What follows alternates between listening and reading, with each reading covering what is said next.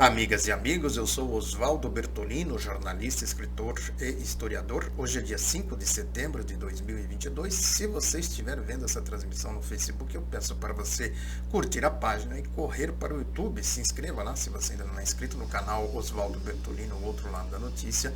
Se você puder se tornar membro, você estará ajudando a impulsionar este canal, o outro lado da notícia.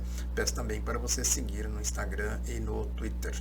A notícia que talvez tenha mais impacto do ponto de vista da análise do debate eleitoral, da atualidade aqui do Brasil, é o resultado desse plebiscito constitucional lá do Chile. Eu estou vendo aqui algumas informações que a gente pode perfeitamente bem tirar grandes lições, Diz aqui uma matéria da Deutsche Welle que entrevistou uma especialista no assunto, a professora Esther Rize, que é exatamente especialista em processos constitucionais. Ela é professora do curso de Gestão de Políticas Públicas da Escola de Artes, Ciências e Humanidades da Universidade de São Paulo, a USP. E as informações aqui dizem que 78,3% votaram pela elaboração de uma nova Constituição e 79% apoiaram a criação de uma Assembleia Constituinte para este fim. Está falando aqui, evidentemente, dos acontecimentos de 2019, ou seja, o desfecho de um processo iniciado em outubro de 2019, quando dezenas de milhares de chilenos tomaram as ruas para demonstrar sua insatisfação com o governo e as condições de vida no país. É importante dizer isso. Vejam a base da coisa, de onde partiu. As condições de vida, a insatisfação com o governo e as condições de vida do país. Já quando foi feito o projeto, o processo da Constituição, diz aqui a Deutsche, na abertura da entrevista, que embora a aprovação do texto já fosse esperada, pesquisas de opinião indicavam um favoritismo do não. O resultado numérico, 7,8 milhões, surpreendeu a especialista, a professora Esther. Então ela vai demonstrando aqui alguns aspectos que são bastante relevantes para a gente compreender tudo isso, e ela fala aqui basicamente que a campanha anticomunista foi determinante. O anticomunismo, o anticomunismo, ele é sempre rombudo, não tem inteligência, não tem elaboração, mas ele é utilizado constantemente aí pela direita, pela extrema-direita. O espectro da direita usa constantemente o anticomunismo, porque é exatamente isso, uma poderosa arma de manipulação, de imposição ditatorial da governança ou da governabilidade capitalista. Tem o pano de fundo é exatamente isso: capital e trabalho, socialismo e capitalismo. Essa que é a questão.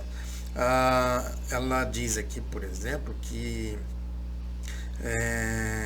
o texto é bastante democrático, mas criou-se uma narrativa de relação com ditadura de esquerda ou ditaduras de esquerda. Tinha uma confusão com um autoritarismo que não era o mesmo do Pinochet.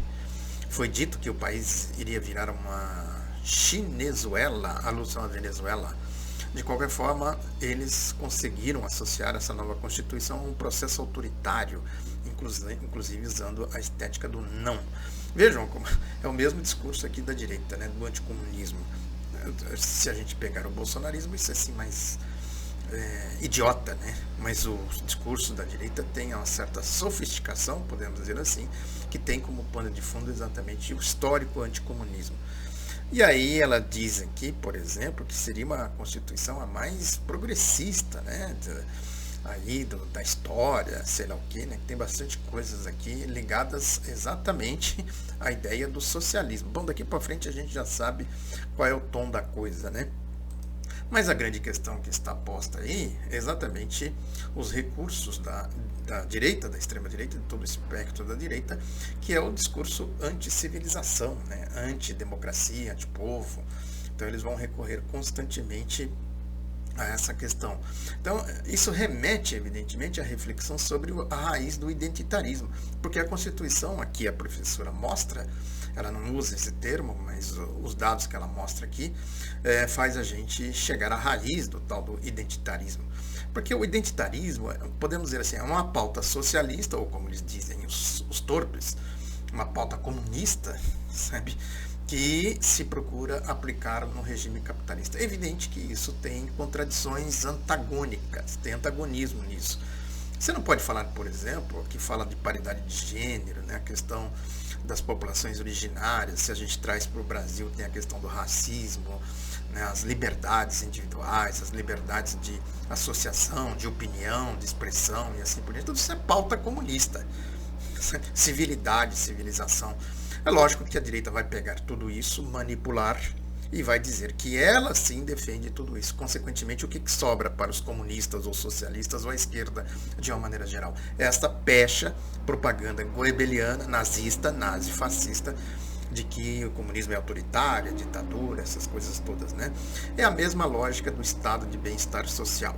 É importante a gente pegar pela história para a gente entender isso. Quer dizer, o estado de bem-estar social vem da social-democracia, mesmo alguns projetos keynesianos, o New Deal do Roosevelt, por exemplo, quer dizer, fazer com que o Estado seja um mediador na produção e distribuição de mercadorias, da produção e assim por diante, de riquezas, são ideias que surgiram exatamente diante da emergência de uma nova realidade que nascia no mundo, o projeto socialista, marxista, pode chamar do nome que for, mas a questão é a civilidade, a democracia, né, o poder do povo, né, quer dizer, a abertura de portas e janelas para o conhecimento científico, a consciência de si mesmo, que eu sempre falo aqui, a ideia de que as pessoas têm que ter consciência de si mesmas, né, as pessoas ter consciência de classe, ter consciência, sobretudo, do que significa os processos sociais, políticos, econômicos e assim por diante. Isso tudo se chama socialismo ou comunismo, ou seja, civilização. Eles precisam constantemente desqualificar tudo isso exatamente para manter a dominação de classe e o poder capitalista. Essa é uma questão de fundo e a gente pode pegar isso inclusive pelo aspecto da religião. Por quê? Porque a religião traz em si exatamente essa ideia da civilidade. As religiões todas, elas vão dizer que é preciso ter um quê? Humanismo. A ideia da religião é humanizar as pessoas. Eles vão, inclusive, capturar essa questão da religião, transformar a religião numa coisa torpe, numa coisa, né, absurda, contra a própria religião, e depois vão sair por aí dizendo que quem está combatendo, o bolsonarismo faz muito isso, né? Quem está criticando o nazifascismo nas igrejas, inclusive tem igrejas sérias aí que estão fazendo estão adotando esse tipo de comportamento, vão dizer que é o comunismo, que está perseguindo as religiões e assim por diante. Quer dizer, isso é histórico, isso vem lá de antigamente, né?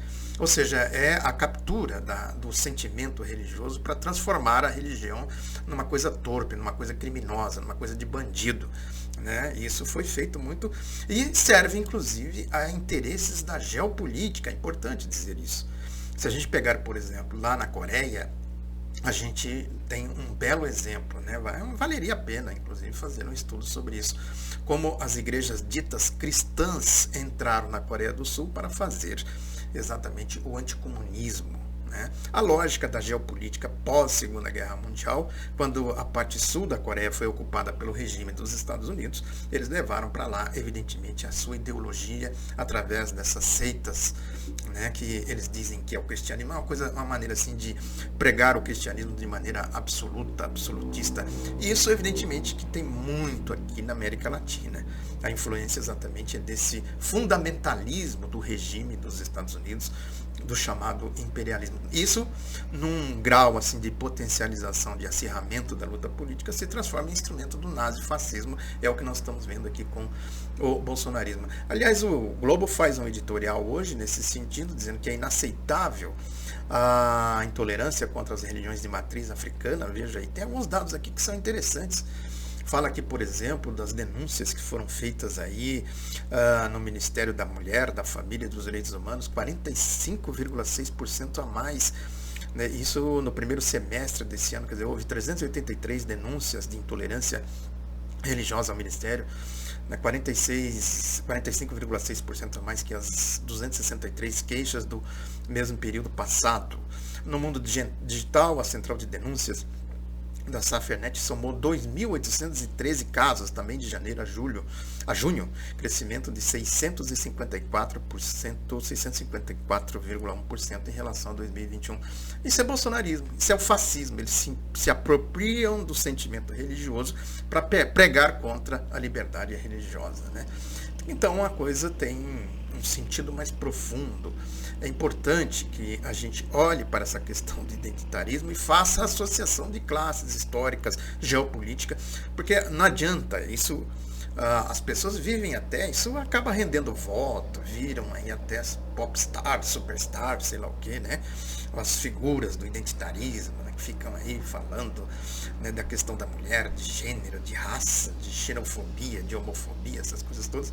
Isso pode render voto e popularidade, mas no fundamental está servindo a um instrumento de dominação. É a mesma lógica da religião, do estado de bem-estar social, está servindo a lógica de captura, né, do sentimento do povo, do sentimento religioso. É evidente que isso tudo compõe a famosa luta de classes.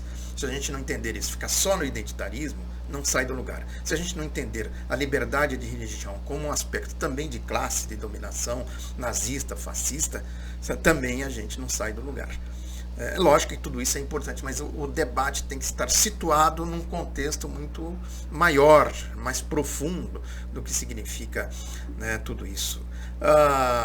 É importante dizer, por exemplo, que o chamado socialismo, comunismo, como eles dizem, o socialismo, né, ele surge assim com mais força depois da Revolução Russa de 17 e vai abrindo todos os horizontes para a democracia, para o conhecimento científico e, naturalmente, vai despertando esse comportamento nazifascista. E depois o nazifascismo vai negar que é nazifascista, né? É importante dizer isso. Por uma questão de lógica elementar, ninguém vai sair por aí dizendo que defende os regimes do Hitler, a não ser o bolsonarismo, que é idiota, assim, um grau de idiotice gigantesca, e eles conseguem fazer a manipulação exatamente porque talvez seja a expressão mais agressiva do nazifascismo contemporâneo no mundo, esteja aqui no bolsonarismo. Eles vão fazer essa pregação nazifascista de maneira agressiva. Então o Bolsonaro, por exemplo, faz associação direta com os nazifascistas de 64 e fica o dito pelo não dito, fica tudo por isso mesmo. Vejam como eles são torpes, como eles são perigosos, gente inescrupulosas, e vão organizar bandos, esses bandos que estão por aí violentos, que atiram, que matam, que agridem mulher, agridem criança, sabe, atira na Cristina Kirchner, atira na caravana do Lula, atira naquele militante do PT lá em Foz do Iguaçu, ou seja, essas hordas de arruaceiros, de bandidos, tudo envolvidos com corrupção, com ladroagem. Isso é o bolsonarismo, né? É o submundo, é a face mais explícita do nazifascismo. A cara do Hitler, da turma do Hitler, das hordas hitleristas está expressa, estampada nos comportamentos bolsonaristas. Agora, tudo isso tem um pano de fundo, evidentemente. Tem exatamente a crise do sistema. O sistema faz concessão e, ao mesmo tempo, tenta, né, controlar esses bandos, né? O bando lavajatista, por exemplo, o bando de Sérgio Moro, Deltan Dallagnol, emergiu com força, com amplo respaldo midiático, sobretudo do Grupo Globo, que resultou no bando bolsonarista tomando o poder. Depois, agora eles tentam controlar o bando nazista do bolsonarismo, sem abrir mão da lógica lavajatista, que também era uma lógica de bandos de bandidos, né, de nazistas, canalhas, ladrões e assim por diante. Mas o que é importante é fazer a peneira de tudo isso, né, peneirar, jogar fora os bandidos, os bandoleiros, Sérgio Moro, Deltan Dallagnol, né, e ficar, evidentemente, com que a quadrilha toda da Lava Jato apurou como instrumento político e tal. Porque é por aí que eles vão fazer a dominação do projeto mundial do capitalismo, que se chama hoje neoliberalismo, que é o velho liberalismo, né, que faliu no final do século XIX, faliu porque todos os preceitos do liberalismo foram deixados de lado para a formação de trustes, monopólios, grandes grupos poderosos, grupos econômicos, financeiros, fizeram a Primeira Guerra Mundial, fizeram o nazifascismo, a Segunda Guerra Mundial, tudo isso para impedir a ascensão do socialismo, fizeram a guerra civil na Rússia. As potências se uniram todas para tentar matar o socialismo nascendo na Rússia ali logo depois de 1917. Essa lógica, portanto, está presente em tudo o que nós estamos vendo na atualidade. A crise se agravando, a direita procura buscar alternativas, saídas políticas né, e ao mesmo tempo ela não tem como combater efetivamente os bandos nazifascistas, bolsonaristas, lavajatistas, porque isso significa inclusive abrir caminho para a ascensão do quê? Do socialismo. Então o anticomunismo tem faces, né, tem assim, vamos dizer, nuances, mas o pano de fundo é o mesmo. É a tal da governança mundial, global do capitalismo. A gente está vendo agora mesmo, acaba de ganhar as eleições lá, não sei se como é que funciona lá na Inglaterra, não acho que não é eleição, né? Ela é indicada, né, para a primeira-ministra, enfim, é a manda-chuva, vamos dizer assim, da Inglaterra, exatamente fazendo a pregação neoliberal, toda a pregação neoliberal. Aqui, para finalizar, que o vídeo já está ficando longo, eu quero dizer que os jornalões insistem, batem aqui na tal do teto da responsabilidade fiscal, que é a ditadura deles, né? O Banco Central Independente, a ditadura da governança do projeto neoliberal, e o registro de tudo isso nas pesquisas. Estou vendo aqui, o Portal UOL publica essa pesquisa aqui, do Instituto FSB, contratada pelo Banco BTG Pactual e tal, né, que mostra o Bolsonaro caindo, o Lula estabilizado, curioso isso, o Ciro Gomes também caindo. Quem está subindo? A única que está subindo é a Simone Tebet, que é a expressão do neoliberalismo, quer dizer, ela vai aparecendo como alternativa ao nazismo, nazifascismo do Bolsonaro, né? Isso, consequentemente, vai empurrando ela para cima. A tal da boca do jacaré que eu comentei no vídeo passado, né? Quer dizer, merece atenção. Até onde isso vai, não dá para saber, mas que precisa ser acompanhado, sem dúvida alguma. Muito obrigado pela atenção. Divulgue o outro lado da notícia. Um abraço, até a próxima.